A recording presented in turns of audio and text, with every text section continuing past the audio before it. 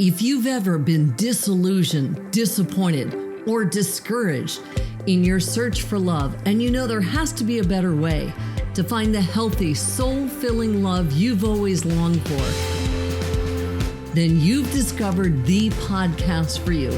I know, as Ken's work personally has led me to find the love of my life. So here's your host of Deeper Dating, Ken Page. Hello and welcome to the Deeper Dating Podcast. I'm Ken Page. I'm a psychotherapist and the author of the best-selling book, Deeper Dating, and your host in this podcast. And today, I'm interviewing Dr. Helen Fisher, a world-renowned anthropologist who has just completed the largest single study of singles in America. And the findings are so rich and interesting. I'm thrilled to bring her onto the show. In this episode and every episode, I'm going to share with you the greatest tools that I know to help you find healthy, beautiful love and keep it flourishing and heal your life in the process, because the skills of dating are nothing more than the skills of intimacy. And if you like what you're learning here, you can find transcripts of every episode on deeperdatingpodcast.com. And if you join my mailing list, you get a bunch of free resources and you get to hear about the work that I'm doing, the work that I believe in, and the things that I find inspiring going on in the field today. So welcome. I'm so glad to have you here. And let me tell you a little bit about Dr. Helen Fisher. So Dr. Helen Fisher is a renowned biological anthropologist, and she's a senior research fellow at the Kinsey Institute at Indiana University. She's written 6 books on the evolution, biology, and psychology of human sexuality, monogamy, adultery, divorce, gender differences in the brain, the neural chemistry of romantic love and attachment, human biologically based personality styles, why we fall in love with one person rather than another, hooking up, friends with benefits, and the future of relationships, what she calls, and I love this, slow love. She's looked at marriage and divorce in over 80 societies, adultery in over 42 cultures, and patterns of monogamy and desertion in birds and mammals, as well as gender differences in the brain. And today, she's applying her understanding of brain chemistry and personality to love, how it works, how to find it, and so much more. And she is the head of this wonderful study called Singles in America, which we're going to be talking about today. Helen, it is so wonderful to have you on the podcast. I have followed your work for so many years. And, as I said, you are one of the most preeminent researchers in the field in the world. And this study has such important data. I am just thrilled to have you here with us. I'm delighted, and thank you very much. So I want to ask you first, just tell us about the origin of this study, how it came to be, its 13 years of existence, anything you want to tell us to just kind of give people an introduction. Well, certainly. I study love, and I've put over 100 people into the brain scanner, studied the brain circuitry of romantic love, et cetera, et cetera. And almost 20 years ago, Match.com came to me and asked me a lot of questions. And since then, I've been working with them. And for the last 13 years, what we've done is a study called Singles in America. And I and my colleagues cook up about 200 questions every single year. And then we farm them out. We do not poll match members. This is a national representative sample of singles based on the U.S. Census. So every single year we ask some trend questions. What are you looking for? Et cetera. And also a whole pile of new questions. And so we collect data on 5,000 people every year. We've got data now on 65,000 people and maybe 70,000 people. And our most recent study, we did some new things. We always do some new things and some trend things. And among them are, what is the impact of polyamory on long-term partnerships? What is AI? How is that being used in the dating world? More about Gen Z, et cetera, et cetera. So No, we are just, I mean, Ken, we are deluged in data. We have so much data about Americans and also people around the world, in that I study the brain, and there's an awful lot of things we see in the American population that I can immediately see is representative of the human brain, the human population. Well, there's so much in this study of interest. And I just want to say one thing that, for example, I work with many, many people who are single and want to have children. And I Mhm. was stunned to see that I think twice as many people who are doing online dating are open to having children or meeting someone who wants to have children than in the general population. Is that right? I didn't remember that particular statistic, but one thing that I do know, because I did the study myself, I studied people who met online and met offline.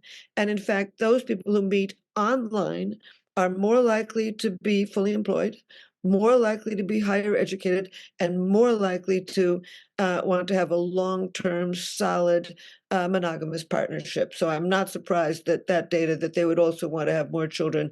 I mean, want to have children would be more. It works. It works. I don't remember that particular Fascinating. data, but yeah. As a matter of fact, what started me in on this was I had read an academic article out of the University of Chicago that said that people who met online, as opposed to offline, anywhere online, were less likely to divorce. And I thought to myself, why would that be? What difference is it if you meet somebody in an art gallery or in the airport or at a concert, or what difference would it make? So I did my own study of 5,000 people. And as it turns out, those who meet online, as I say, are higher education, more full-time employed, and looking for a long-term solid partnership. So those are the kind that would be also interested in having babies. Yes, yes. Well, of the million questions I have for you, one is, do you find a difference in terms of the population that are on dating sites like Match or OkCupid, the ones where you get to fill out a richer profile than the ones that are the quick profile swipe apps? Yeah, I don't study it myself because I work with the data that match. But the bottom line is, I certainly once had a wonderful conversation with a woman who was the sociologist for Tinder. And she said that over 80% of the people on Tinder are looking for a long-term solid partnership. That in fact, she felt that this idea that these quick dating sites are just, hookup sites. And because I studied the brain, and I'm not surprised that we're interested in long-term partnerships. Actually, I like Tinder. And the reason that I've never been on it, but I like it because you meet the person very rapidly. Apparently, the average is in about 6 days. And there's a great deal of data now that the longer you stay on these dating sites, the less likely you are to meet up with anybody. So, actually, these aren't dating sites, Ken. They are introducing sites. That's all they do is introduce you. And I'm sure it's great to know, on Match, there's a long profile and you get to know more about somebody, and that's better. It's always I think better. so too. Yeah, But yeah. but the bottom line is, even those ones that are short, okay, it's short. You get out there, you meet the person, thank goodness, and as I say, all they do, these sites, is introduce you. And then you get out and you meet the person either online, video chatting, or in person, and your ancient human brain clicks into action, and you smile the way you always did, you laugh the way you always did, you assess the person the way you always did, you parade the way you always did. So sure, it's better to know more about somebody before that first date. It probably saves you from going out on a lot of dates you're not interested in. So it's a better part of the vetting process. As a matter of fact, the very best dates, the smartest way to do this is to meet through video chatting, and that has grown every single year. In 2015, I think about 9% of people used video chatting. By 2019-21, they about 21% of people used video chatting. And I think today about 25 to 27% of people use video chatting before the first date, and about 37% these days anticipate doing it. That's smart I because think that's wise too. Yeah. it's a vetting process. And, I mean, when you video chat, I mean, sex is off the table. You don't have to deal with that. Money's off the table. You don't have to decide where you want to go. And you can get to know somebody. And when we did studies at Singles in America studies, people reported that when they did the video chatting before the first date, not only were they vetting the person, but they had more serious conversations. They said more about themselves, men as well as women. They were less interested in what you look like and more interested in what you had to say. And it's just a very good beginning. So I think the more you can know about somebody before the first date, you're saving yourself a lot of time and energy. But any way you do it, you got to get out there. I mean, we're looking for Yes, life. that's so true. I think that like online dating, when it's too quick, can sculpt some bad behavior. But I also, so I think that the video chatting, even phone, like the more dimensionality, the more surface area before you meet, absolutely, the better it is. Any way that you meet somebody, you're going to go out, even if it's very rapid or it's very detailed. When you go out, your basic brain hooks in action and you court the way you always did. So the bottom line is to get out there one way or another.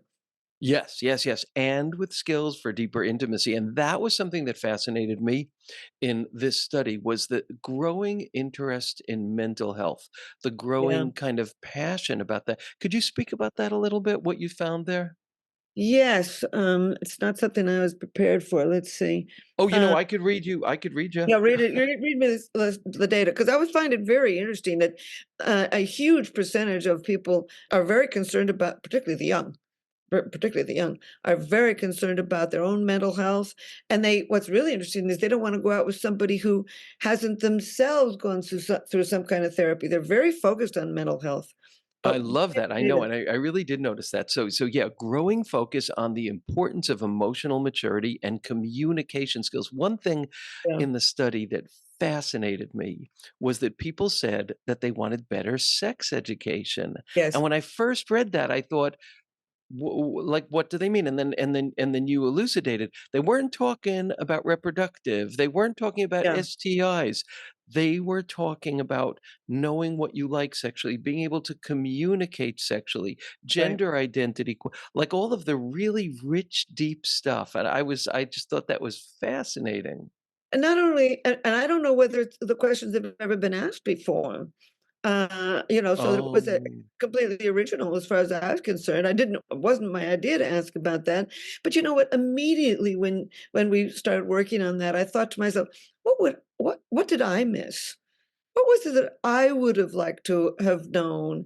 I yes. mean, as you said, I mean, they figure, we do learn about pregnancy, we do learn about sexually transmitted diseases, and certainly reproduction, et cetera. But these things of, how do I ask about sex? How do I say what I want, et cetera, et cetera? And I began to think to myself, I wish, now this is a little revealing, I wish somebody had shown me how to say no. Mm, yeah. I just wish Beautiful. Beautiful. I was young, I Thank was you. stupid. I got myself into situations where it was easier to make love to the person than to get out, and if I had just been told that boys accept the word no and to not get myself into the position in the first place. So I thought that was I mean, I've been doing this for for 13 years, but that particular thing that you think about yourself and what you would have liked to have learned. So true. So true.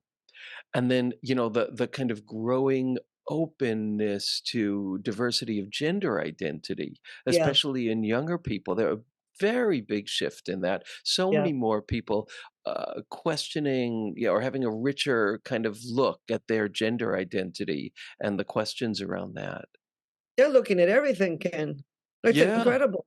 The young, it's remarkable. I mean, I was young a long time ago, and we weren't even discussing this. As a matter of fact, back to I'm with the you. mental issues, in my day, you would never have told anybody that you were going to a psychiatrist or a therapist. Never. You would Right, never right. admit that. Now they don't want to go out with somebody unless that person has done some self analysis. The young these days are very earnest It's a very earnest generation, and it's reflected in all the words that they've created. I mean, ghosting and benching, and oh my God, gaslighting, and you name it. But the most Yes, we interesting. have become anthropologists of the dating world, like Well, all you're of us. Like, defining everything.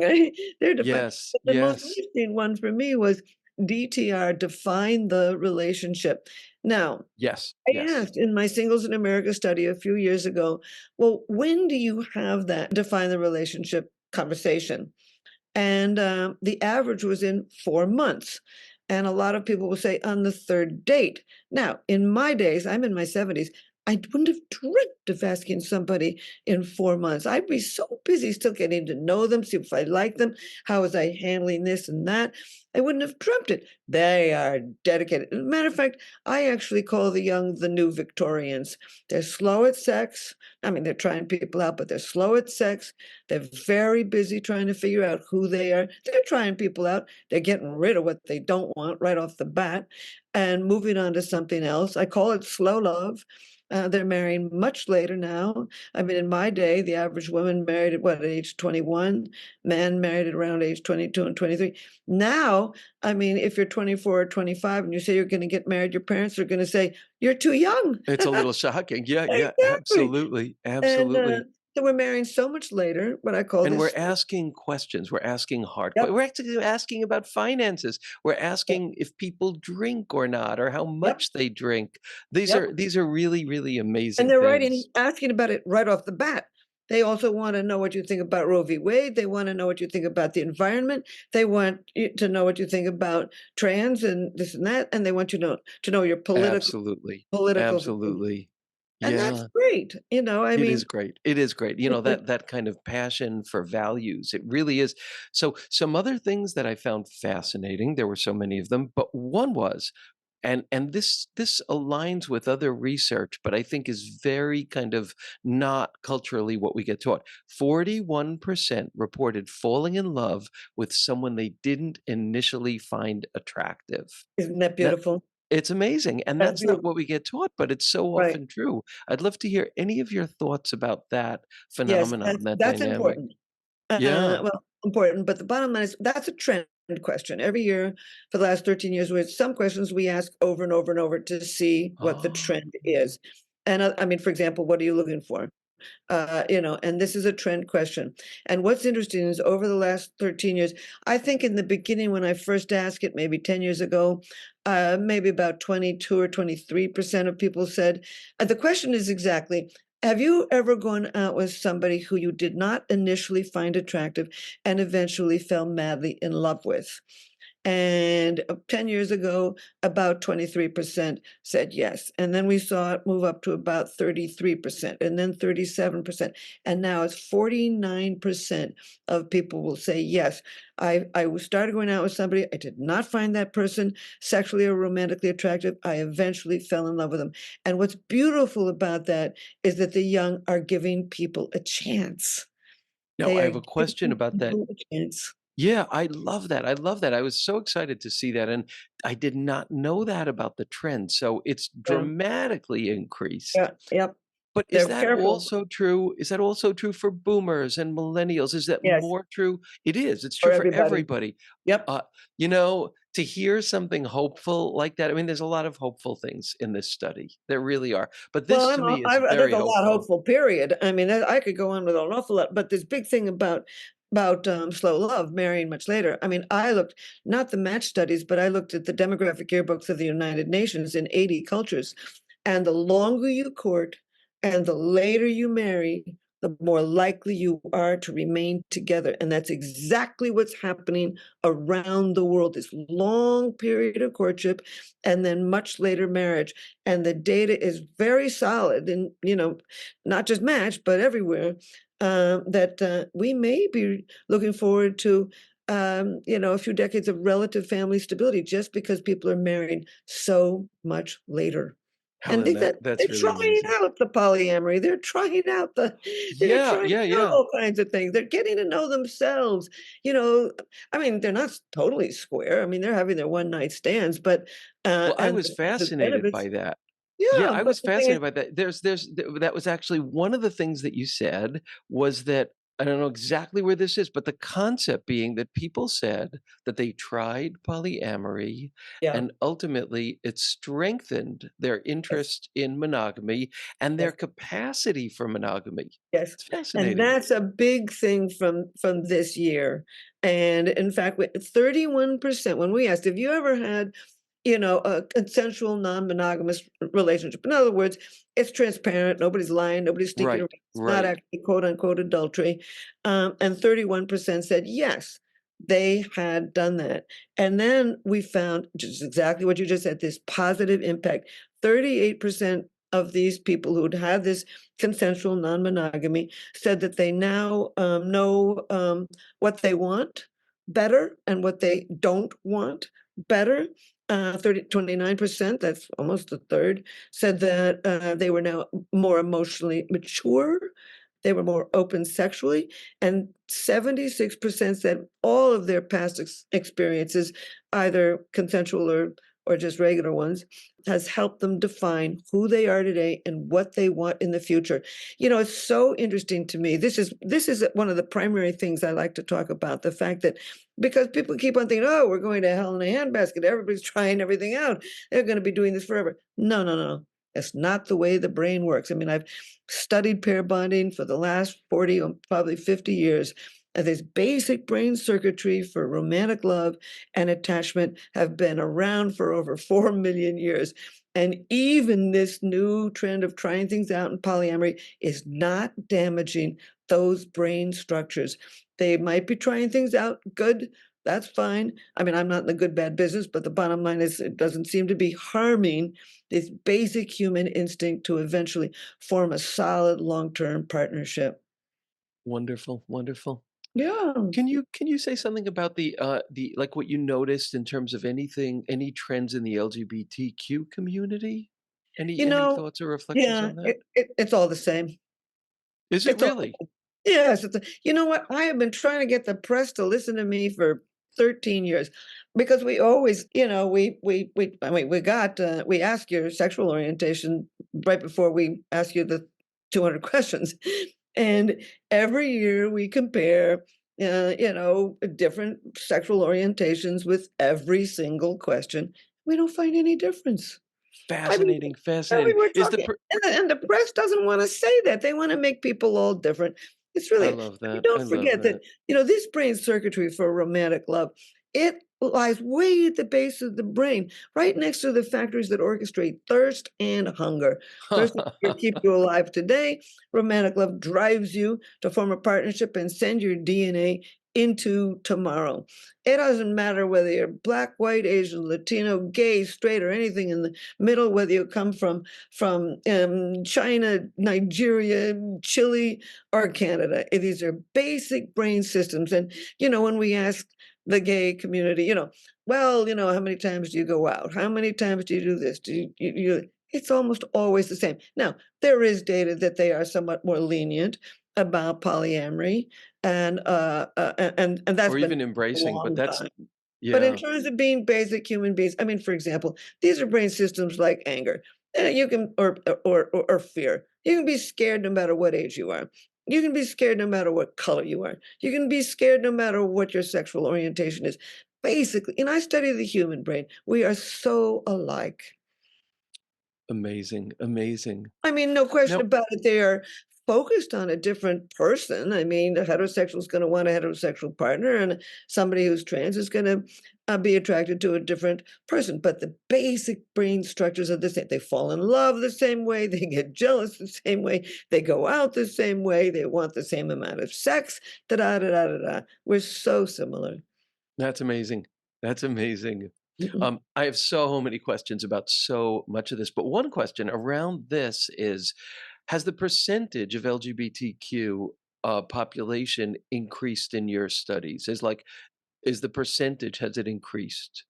I haven't looked at that. I'm sure that the data is there, and when we talk again, I can tell you, but it didn't stand out to me as increased. I mean, one thing is I think we're seeing many more definitions of it. I Yes. mean, trans Yes. is Yes. different from bi, is different from queer, is different from, so I do think that people are defining, they're more defining things, but they're defining everything, as I said, from the benching and they're defining everything, which is fine. And one of the things that we asked actually this year was, is all of this defining things hampering or helping you? Mm, And a good percentage of them say it doesn't make any difference. Others are saying, particularly the young, are basically saying, Yes, I like this concept of being triggered, et cetera, et cetera. The terms they like them. I think a lot of older people are going to say, enough's enough. Let's just get back to having dinner together. Speaking of having dinner together, has courtship time increased or decreased, or do we not know over this over Courtship these time has years? dramatically increased. I mean, Amazing. in my Wow. day, you married at age 20, 20, 21, 22. Oh, Uh, I mean like length of courtship before commitment. oh, before Yeah. marriage. Oh, Yeah, yeah. or commitment. Yeah. Oh, yeah, It absolutely. has. I mean, this long period of pre-commitment, as I mentioned, this slow love. People want to know, okay, I mean, are we committed to each other? But the discussion of whether we're going to marry is way down. I mean, as I said, in my day, people married at age 21, 22. Now they're married at age Yeah. 29, 30. So this huge, long period of courtship. People don't want to get into something they can't get out of. And they're very earnest about making the kind of partnership that they want. And when I ask them, every year we ask the question, what are you really looking for in a partner? And you can check one of, I don't know, about 25 boxes. Uh-huh. Every single year, the same things basically come up. Uh, First thing everybody wants is somebody who respects them, somebody who they can trust and confide in. Now, this is Black, white, Asian, Latino, gay, straight, and everything in the middle, rural, suburban, urban, every part of the country, every age, 18 to 71, everybody. Somebody that respects them, somebody who they can trust and confide in, somebody who makes them laugh. That's smart, drives up the dopamine system in the brain, makes you feel good. Somebody gives them enough time, spends enough time with them. Somebody who right. they find physically attractive, although that is reducing. And what they really are looking for, which is added, which is new. Actually, this is new since the pandemic. They really want somebody who's emotionally mature. They're really looking for that, and who's a good communicator. Those two have gone way up the scale in what you're looking for since the pandemic. This pandemic, as awful it was, has made people grow up. I call it post-traumatic growth. As a gay man who was around during the time of AIDS, I watched the gay male community grow up Oh, in the yeah. presence of this crisis and Oh, yeah. become a community. So I really do understand that. And of course I went through COVID too. So yeah, I'm just looking at my notes here. And one thing that was oh yeah, one thing that I thought was really interesting was that people who were previously married, the percent of people who were previously married who want to marry again was pretty low. It was kind of surprisingly low. That was interesting to me. Like, I don't want to marry again. Well, the older you get, the less likely you are to marry. I mean, when Yeah. you think of it from a Darwinian perspective, it's the young that need to pass their DNA on into tomorrow. And so I'm actually very interested in Gen Z and millennials because the attitudes that they have, gay, straight, whatever, um, uh, are the attitudes that will carry on to the next generations. But the older Mm. you get, I mean, the more likely you are to have had children, to have property, to be settled into particular habits, etc., and the less inclined you are to want to marry again. But Yeah. So I it doesn't noticed mean that. But you I don't think wanna with young people, yeah, it doesn't mean you don't wanna have a partnership. I mean, I know people in their 70s and right. 80s who are just dying to meet somebody for good Darwinian reasons. I mean, in a good relationship, I mean, people who are in a long-term happy partnership live 5 to 10 years longer. We were built to love, not only to have babies and send our DNA into tomorrow, but to relax, and create the kind of happy partnership that on which our body can thrive. Yes, yes. A colleague of yours, Eli Finkel, said that he felt that it was the single greatest determinant of quality of life was the quality of your spousal relationship. It's true. Absolutely Yeah, true. pretty amazing, pretty Yeah. amazing. So I'm just Well, going to jump to anthropologists I mean, from a I mean, I'm an anthropologist going back to life on the grasslands of Africa a million years ago. You're traveling along in a little hunting and gathering group of about, 25 individuals. And I mean, if you've got a partner when you're older, you got somebody to help you if you're sick, help protect and provide, help you make you laugh, bring happiness to the entire group. It's adaptive to have people of all ages fall in love and form a partnership long after their reproductive years are over. I love that. Yes, so true, so true. So before I talk about AI, I just want to ask you, well, a few questions. One is, what do you see from your kind of very global perspective? What do you see as some of the biggest blocks to intimacy, happiness, uh, happening today? What do you see as the biggest blocks? Well, we're all so earnest that we overlook what's right in front of us. We're Say awful more. picky. And the internet is enabling us to be even more picky. I mean, Yeah, yeah, more people meet on the internet than they do through a friend. About 40% of when we ask at Match in the Singles in America study, where did you meet your last first date? And every year we ask it, and last time I remember it was about 40% met on the internet, and only about 25% met through a friend, and far fewer met at a church or school or at work, et cetera, et cetera. So it seems to be the primary way to meet people these days. The problem, and it's a great way to meet, I mean, but it's so new that people they misuse it. And they do two things. Number one, they binge.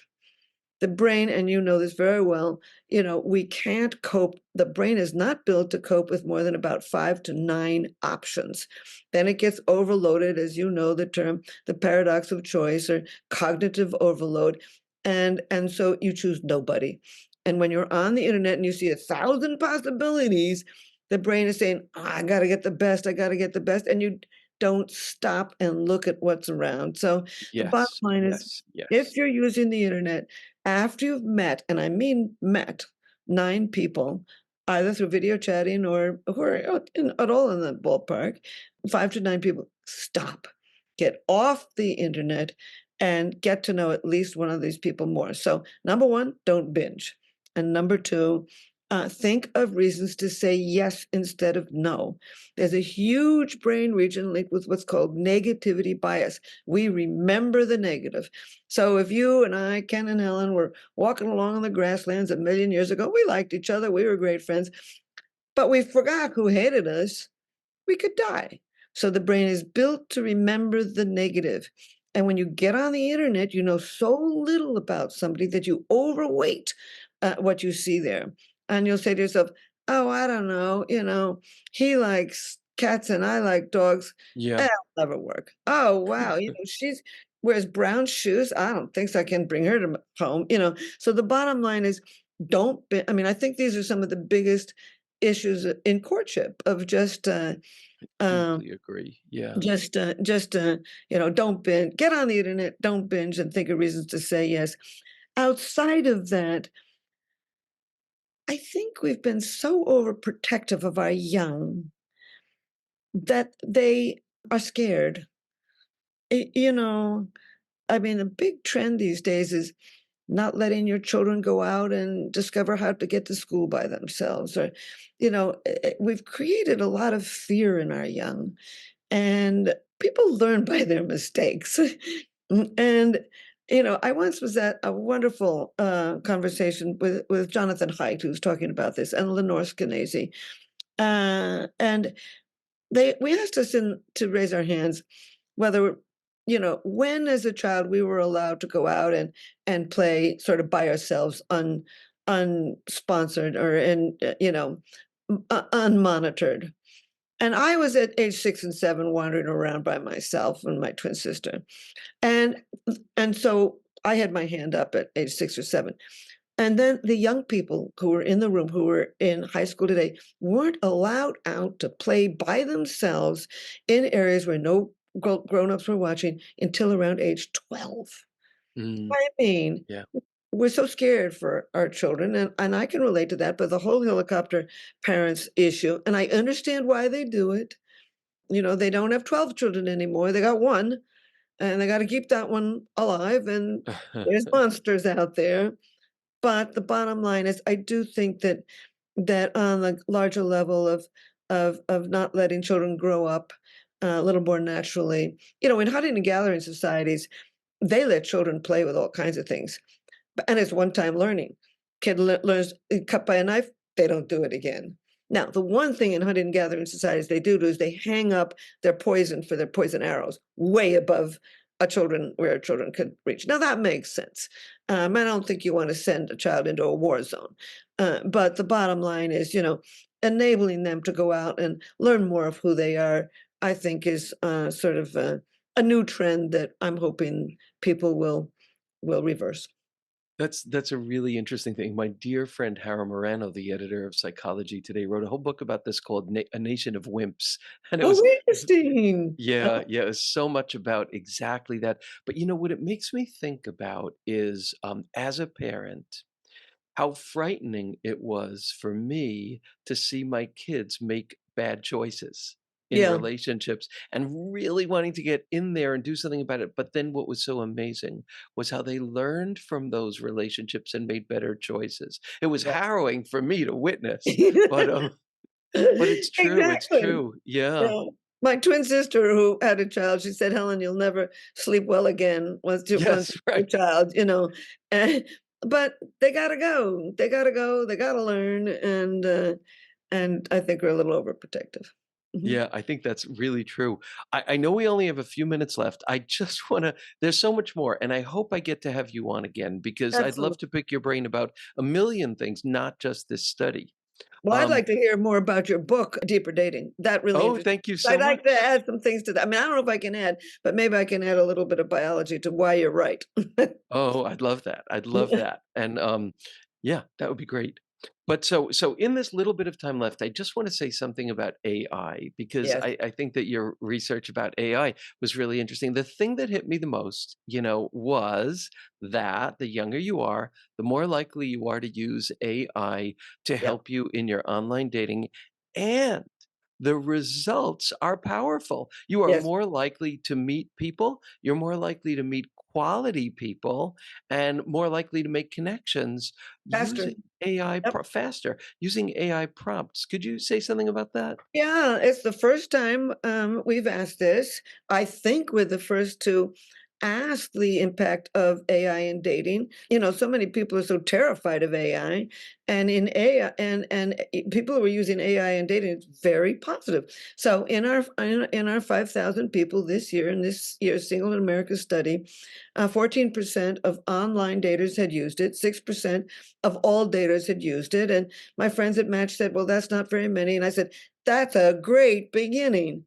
At least people are trying it. And what we've discovered is that 43% of people use it to write a profile, 37% use it to help them write the first message, 27%, as you say, helps them get better matches. And once again, 26% get more matches and 32% to help them meet people faster. So What what's the AI wisdom here that we need to learn from? What's AI doing better apart from generally doing things, better in some ways? What's the wisdom here? What's AI guiding people toward? It's just helping people in the very beginning of the courtship process. I mean, bottom line To is do what? to meet the right person faster. I mean, Yeah, to yeah. help you get ideas on how to present yourself. I mean, your mother lives in Minnesota, you live in Florida, your girlfriends live that I mean, sure you can get an awful lot of advice from other people. It's just the newest way to do the same old thing, and it's giving results. And that's what's so beautiful. It Uh, is. you It's know, fascinating, and the younger people are doing it more. The yes, older people are not so much. So, right. us older folks, let's do that a little bit more. I want to respect your hard stop, which is in just a couple minutes. I want to ask you, what's one piece of like from this, lots of wisdom, lots of insight, lots of research. What's one thing you want to say to single folks looking for love? Cupid's waiting for you. You gotta get out there and do it. It Yeah. does take work. I know you're gonna be picky. You're trying to find life's greatest prize, but the bottom line is we're built to love. Let it happen. Beautiful, beautiful. And how can people find out about you and follow you and stay in touch with you and learn from you? Well, I guess I've gotten written 6 books on it. They could go to my website, helenfisher.com, and they could take my questionnaire probably just about anywhere on the internet, Fisher Temperament Inventory. And, I don't know, take a look at my books, take a look at my podcast, not my ones like this. I've done 5 TED Talks, 3 on the main stage. Um, so I think people can find me on the internet. You're very easy to find. Yes. Helen, this was such a treat. It was great to have you here. I'm sure people have lots more questions, and I will bring you back. And just thanks for all the work you're doing, studying something so important. Thank you. It's very important, and I can't wait to get your book and take a real look at all that too, because I like to learn too. All right, good Thanks night, so kid. much, Helen. Thanks, and ciao. Bye.